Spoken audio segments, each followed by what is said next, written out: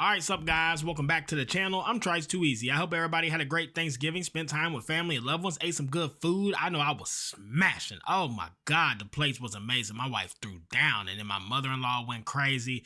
The food was great. Betting wasn't great, but everything else was. Anyways, we'll get right into it. We'll look at the NBA slate today. It's big, it's 11 games. We'll look at the charts, the data, the matchups, the trends, the discrepancies, the mismatches. Hopefully find an edge, hopefully crack these folks. Guys, if you'd like to join my sports community and Discord server, it's in the pinned comment and in the description of the video. 10 measly bucks a month. It's just a community. People in there sharing slips all day, talking sports, having fun. It's a good time. And if you want exclusive access to viewer perks, tools I use daily like SmartStake, like Outlier, they're in the pinned comment in the description as well, along with sportsbooks who I've partnered with to get my community deposit bonuses. Okay, guys, let's go ahead, get right into it. I don't have a review for yesterday. I don't actually know how I did. I think I went one or two bet. It was NFL. I think I went a bet or two negative. We didn't do NBA yesterday, so there's no NBA review. We'll review the NFL on the NFL video. So we'll just get right into it. We'll do a bad beat, big winner, player props, review the slate, dissect everything. We're also going to look at where the sharps are putting their money. Let's get right into it. Bad beat. This was posted by Wavy. David Montgomery, all he needed was 2 more yards. It never feels good when David just doesn't get to it. Literally, like when you lose by a yard or two on a running back, it's like just imagine all the things that had to happen to end up 2 yards short. Like you couldn't stretch your arm 2 yards. Frustrating. Should have been a free little 4x, 5x, and he didn't get it. Sorry about your luck. As far as the big winner, this was nice. This was posted by.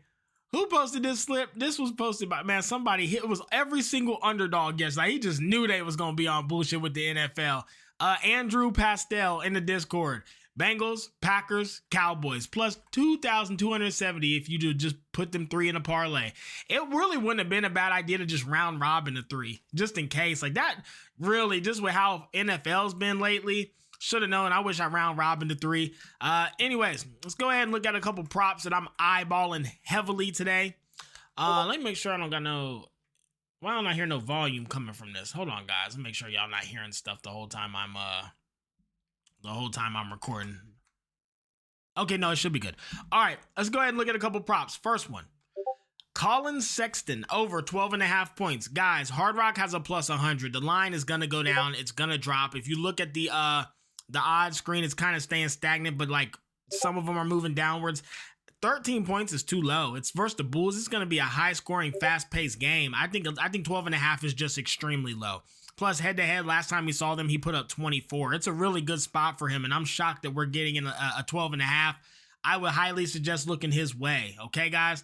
And on the season, he's only missed it three times. But versus the Bulls, guys, it's just going to be so fast-paced and high-scoring. I'll be shocked if you don't get 13. Next one. Dennis Schroeder for the Kings. Rebounds and assists over 7.5. It's what he does. It's just what he does, guys. He's in there. He plays hard. He gets boards. He gets assists. Like, he kind of does it all, and it's crazy because he's a point guard. But, like, he does his thing. I think 7.5 is way too low. Head-to-head history is not terrible. And, again, the Jazz is a new team this year. Playing pretty quick, shooting a lot of threes and things of that nature, a lot around the perimeter. I just think Dennis Schroeder gets a lot of chances to get their defense is terrible. Should be a lot of chances for assist and rebounds from Dennis tonight. I really like it. Okay, that's Outlier, guys. Pin comment description if you want to try the free trial. Excellent program, one of the best there is. The other tool I use every single day, SmartStake, and this is the smart money tool on there, and this is where all the sharps are putting their money today. So this is where the big dogs are betting. This is where people who are banned on FanDuel, BetMGM, Hard Rock, any other rec books, they can't bet on there. They use exchanges. This is where those guys are putting their money. They started off hot, started getting killed. I think they're starting to heat up again. Do with this as you will. Pick the ones you like, fade the ones you don't like. I'm just showing you where they're putting money. First one, Duncan Robinson, under 2.5 made threes, $3,800. And I love threes. I like over 1.5, and I like under 2.5.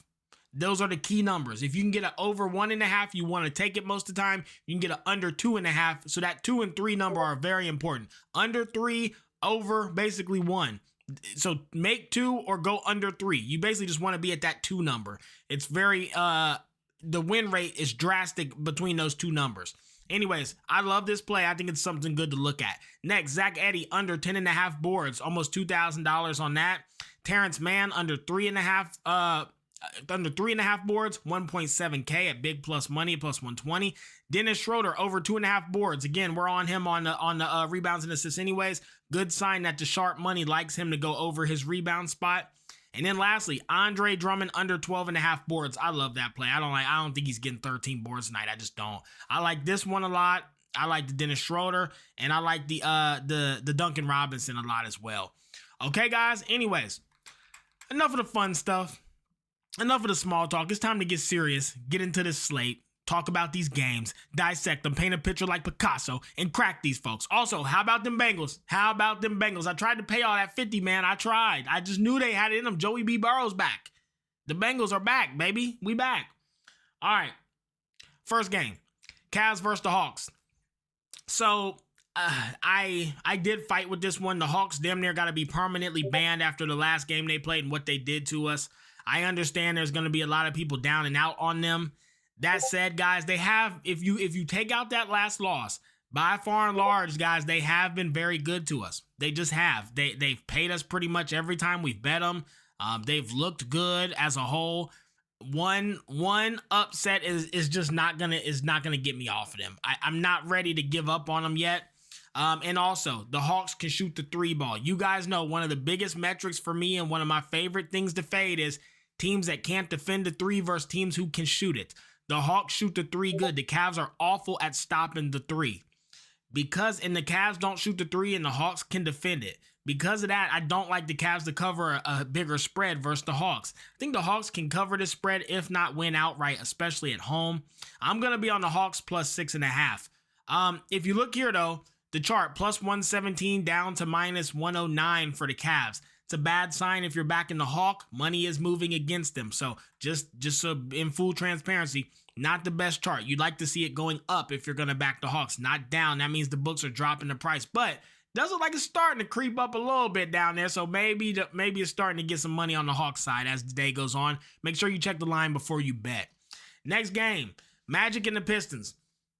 Magic are playing damn good ball right now. They are, and the Pistons coming off that loss. I believe it was was it the Celtics or the Cavs? One of those teams just beat them by like 4. I think it was the Celtics. They probably should have won. It was a rough loss. A lot of people might be down on the Pistons and high on the Magic right now as well because the Magic are playing some of their best ball of the season. Very hard to fade them right now. But again, they're on the road in Detroit versus the Pistons, who are one of the best, if not the best team in the league. We can't let a rough beat throw us off. Like, a lot of people see a loss and just instantly switch up everything they've been doing or forget the fact they've paid you 12 times in a row. They take a bad, rough loss, and now you're done with them. Got to stay consistent in this shit, guys. Pistons have paid us so much, I don't think we start fading them. I know the Magic are playing good, and I know the Pistons have played our expectations for them are so high. They take that one loss, and we're like, I'm done with them. The Magic are playing good. I'm betting the Magic. I think it's a trap spot, guys. I don't like the Magic here. I like the Pistons. You guys know if it's around 150, I like to bet it. I'm just going to take them straight up on the money line. And again, like the Magic just can't shoot the three ball. The three ball is just so important to me when I cap games. Magic were taking most of the money, went plus 127 down to minus 108. Again, not the best sign if you're backing the Pistons. I'm fading Vegas a lot. I'm fading the money a lot today. So be cautious if you tail me, but I got to go with my gut here. I've been doing really well in this sport, and I don't want to switch up my metrics and how I'm capping. I'm going to keep going with my gut unless it's a massive trap spot. Go ahead, give me the Pistons straight up on the money line. Next game, Wizards and the Pacers. Guys, there's no major discrepancies here. These teams are both just giga omega ass. Double BBL injected ass. Strip club all day ass. They are terrible. There's nothing good to say about either of these teams. Two of the worst teams in the league. That said, Wizards coming off a massive win and a massive upset. And I do think they're better than the Pacers. And I've been backing the Wizards on big spreads, and they've been covering them for me lately. I think you just go with whichever team gets the points here. They're both ass. They are ass. These teams are terrible. Doesn't matter which side. You just pick the side who gets the points. I'm keeping it simple here. Give me the Wizards plus 6.5. I think this should be a pick 'em. So Wizards plus 6.5 for me. Chart, Pacers taking most of the money, minus 105 to minus 111. A little bit of movement, nothing crazy, nothing really that should ring alarms. Next game, Bulls versus the Hornets. Bulls are almost on my do not bet list. They're about to be banned if they keep this shit up. They started off so hot and they have been ass. They have been ass the past like 3, 4, 5 games. Just pathetic. Can't win, can't do nothing right, can't cover a spread, been getting beat the hell up. They're versus the Hornets. The Hornets are just so terrible, though. Like, I would struggle to cap the Hornets versus the Wizards or the Pacers. The Bulls are on another level than them. You don't even got to really lay much. Just give me the Bulls on the money line. Just a way better team. And again, the massive three-point discrepancy. Every massive offense discrepancy you could imagine. Kind of like the over, but that 248 is high as shit. It'd be the over or the Bulls for me. I'm going to go with the Bulls on the money line. You look at the chart, though. Bulls taking most of the money. -2.5. -127. Up. Now it's at -104. It's another brutal sign if you're going to back the Bulls. Brutal sign that the books in Vegas think the Hornets cover this or win it or have a rig job going on, because this is something I typically wouldn't fade. But it's been like this since yesterday. If it was today and the line was moving up, I'd be like, hell no, I'm not fading this. Like if it wasn't at 12:41 noon yesterday, this line movement happened, I wouldn't fade this. But it happened yesterday around 4 o'clock is when this movement happened. If it happened today, same day, this price was shooting up like this, I wouldn't fade it. In this case, I think they just corrected yesterday and kind of kept it stale ever since. So it doesn't ring that many alarms for me. It's very important you learn how to read these charts, guys. It's going to help you a lot in the long run.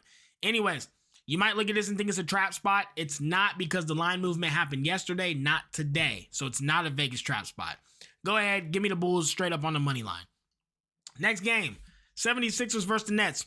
Nets have been doing nothing but good to me, covering spreads and paying me every time I bet them. They can't win games. They've been covering spreads. Nets are at home. I think the 76ers are overpriced, overvalued, and giga ass. I don't like them. I think they're a bad team. Do the Nets suck? Yes. Are the Nets ass? Yes. Can they cover a 7.5 at home versus 76ers who are overrated and overpriced? I think so.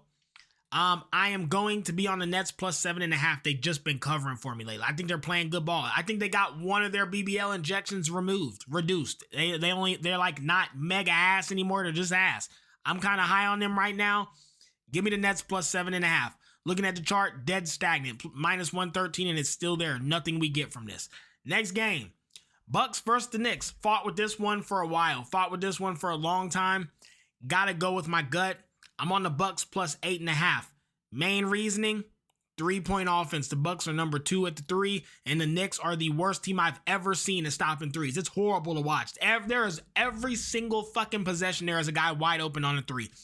Very bad sign versus a team like the Bucks. I do not want a team who can't stop the 3 versus one of the best 3-point shooting teams to cover a big spread. Just don't like it. It's not been profitable, and I'm going to continue to go with my gut on these. Originally was on the Knicks. Looking at the numbers, can't do it. Give me the Bucks plus 8.5 to cover, getting hot from the 3 line. However, I'm pretty much fading all the money today. It'll probably be a disaster. Knicks minus 8.5 went from plus 108 and it's dropped. And it dropped today all the way down to minus 108. So you got about that, 16 cent drop from yesterday to today. And most of it was this morning. It means a lot of big money came on the Knicks and pushed that line down. Very bad sign if you're backing the Bucks. Okay, guys. Next game, Spurs and the Nuggets. The Nuggets are my least profitable team. I can't cap them. I've failed miserably every time I bet them or bet against them. I lose. I cannot figure this team out. I'm transparent, guys. I have no idea how to cap the team. Every time I think I know, I don't. That said, I've been very, very excellent at capping the Spurs. I think they're playing some of the best ball they've played without Victoria. Give me the Spurs plus 8.5. I think they're too good to take 8.5 versus almost anybody. And the Nuggets honestly have not impressed me that much.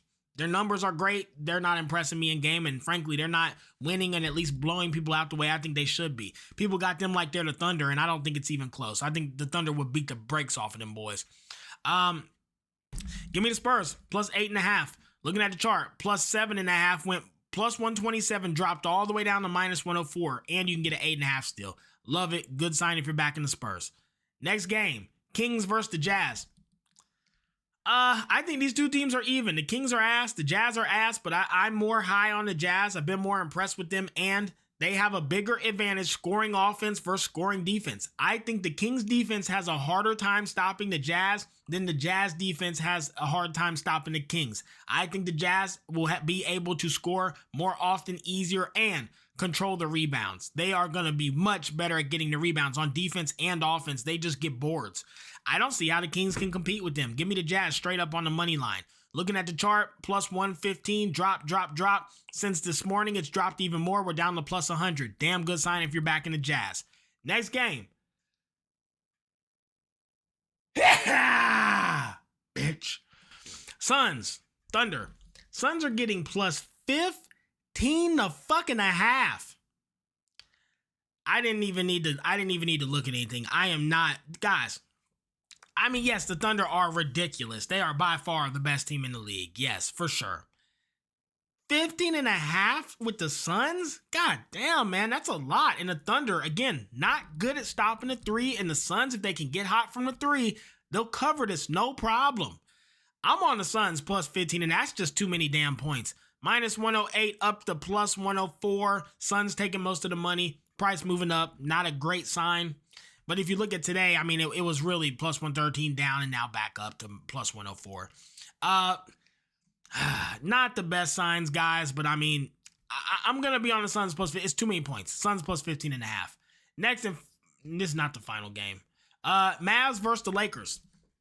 I fought with this one for a while too, because there is no money on the Lakers, and you never see that. Like, everybody's on the Mavs, which I think is fucking crazy. You got Luka versus OT. Are you kidding me? And you're going to fade the Lakers tonight? There's just no way. I'm on the Lakers minus 10 and a half. I'm high on them. They pay me every time I bet them. Every advantage in the world tonight for the Lakers. I think they're going to murder these Mavs. Chart plus 10 and a half for the Mavs, plus 104 down to minus 113. Drastic drop. Very bad sign if you're betting the Lakers. Tonight, I'm either going to look like a genius or the biggest jackass because I am doing nothing. I'm fading Vegas and the money on like every single bet. This could be a disaster, but I don't see it. Next and final game of the night, guys. Grizzlies versus the Clippers. Once again, let me fix this chart real quick.